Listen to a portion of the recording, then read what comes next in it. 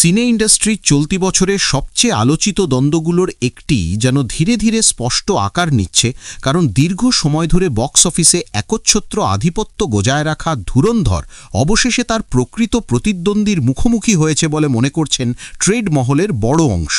আর সেই প্রতিদ্বন্দ্বী হল নিধি দত্ত ও টি সিরিজ প্রযোজিত বহু প্রতীক্ষিত বর্ডার 2, যে ছবি মুক্তির প্রথম দিন থেকেই ভারতের প্রায় সর্বত্র দর্শকের অভাবনীয় সাড়া পেয়েছে। এবং এই উন্মাদনা যদি পুরো সপ্তাহান্ত জুড়ে একইভাবে বজায় থাকে, তবে 2026 সালের প্রথম বড় হিট হিসেবে আত্মপ্রকাশ করার পাশাপাশি ধুরন্ধরের দীর্ঘ বক্স অফিস রাজত্বে কার্যত ছেদ টানতে পারে বলে ধারণা করা হচ্ছে।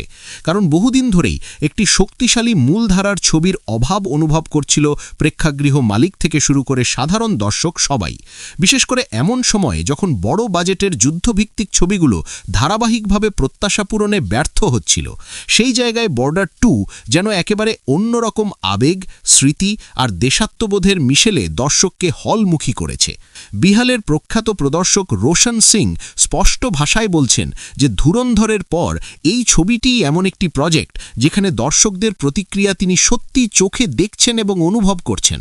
হলভর্তি দর্শক শুধুমাত্র ছবি দেখছেন না, বরং আবেগে ভেসে যাচ্ছেন, সংলাপে হাততালি দিচ্ছেন, দৃশ্যের সঙ্গে সঙ্গে স্লোগানে ফেটে পড়ছেন এবং বহুদিন পর থিয়েটার যেন আবার সেই পুরনো উৎসবমুখর চেহারা ফিরে পেয়েছে।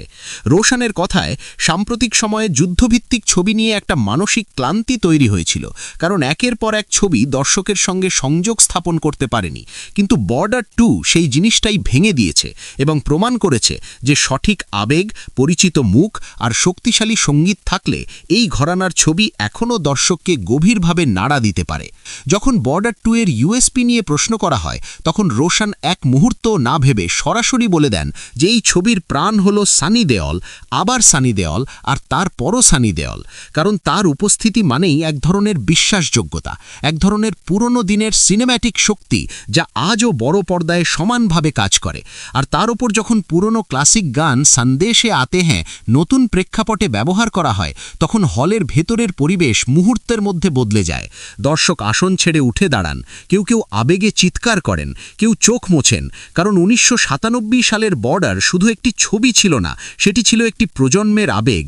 আর বর্ডার 2 সেই আবেগকে আধুনিক প্রযুক্তি আর নতুন গল্পের সঙ্গে যুক্ত করে এমনভাবে উপস্থাপন করছে যে পুরনো ও নতুন দর্শক উভয়ই নিজেদের মতো করে এতে জায়গা খুঁজে পাচ্ছেন। ট্রেড বিশ্লেষক তরণ আদর্শ, যিনি ছবিটিকে 4.5 স্টার দিয়েছেন, তার মতে এই মুহূর্তে চূড়ান্ত সিদ্ধান্ত পৌঁছানো ঠিক হবে না, কারণ দুই ছবি বড় মাপের প্রজেক্ট। ধুরন্ধর ইতিমধ্যেই নিজের বক্স অফিস শক্তি প্রমাণ করেছে, অন্যদিকে বর্ডার 2 মাত্র যাত্রা শুরু করেছে, কিন্তু শুরুটা হয়েছে বিস্ফোরকভাবে।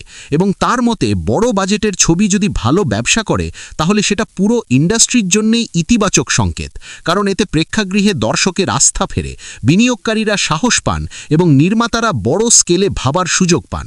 তরণ আরও আশাবাদী যে যদি বর্ডার 2 তার এই গতি ধরে রাখতে পারে, তাহলে এটি শুধুমাত্র একটি হিটে সীমাবদ্ধ থাকবে না, বরং নিজেকে একটি পূর্ণাঙ্গ ব্লকবাস্টার হিসেবে প্রতিষ্ঠিত করবে, যা 2026 সালের বক্স অফিস ইতিহাসে এমন একটি মাইল ফলক হয়ে উঠতে পারে যা দীর্ঘদিন আলোচনায় থাকবে।